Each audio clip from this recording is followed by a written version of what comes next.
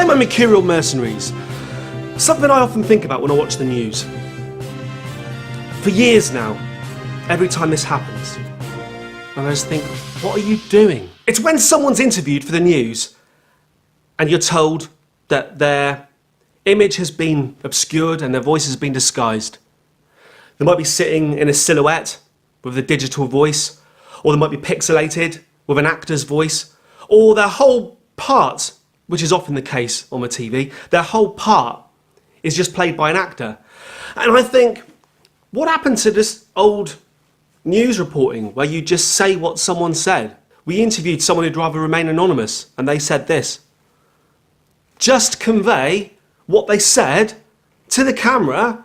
You don't need to keep cutting away. You don't need an actor to play the part. Just say what it is. In the 70s, when you look back at old news broadcasts, people would just sit behind a desk. They didn't feel the need to be standing up and doing all this stuff and showing off their legs.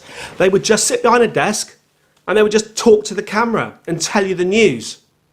That's what happened. Now they have to be standing up.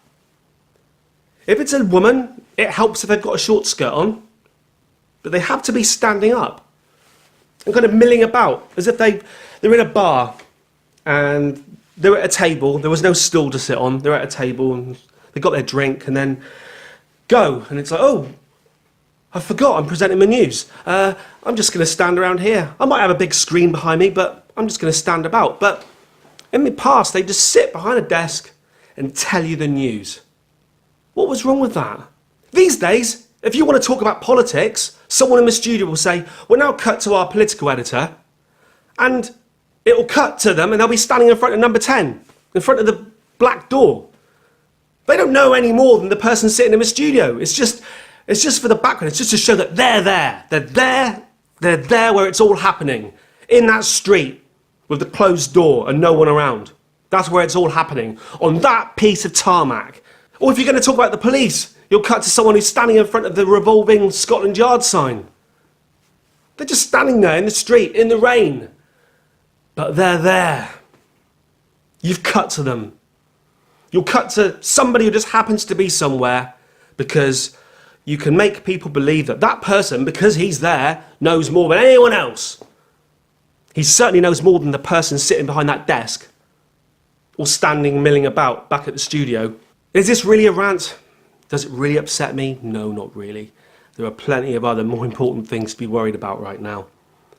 But it just is interesting how journalism has progressed to the point where we've now got 24-hour news channels and the visual medium is so... You have to have a representative of your channel somewhere, everywhere in the world, just so that you can cut to them at a moment's notice. They might know nothing about what's going on, but you can cut to them. You can cut to them, and they're there, standing in front of a famous landmark. They're there. They're there. If you're going to talk about news in France, you can cut to someone standing in front of the Eiffel Tower. No need for the person behind the desk, back at the studio, to just tell you, because you can see the Eiffel Tower. What do you think, my Mercurial mercenaries?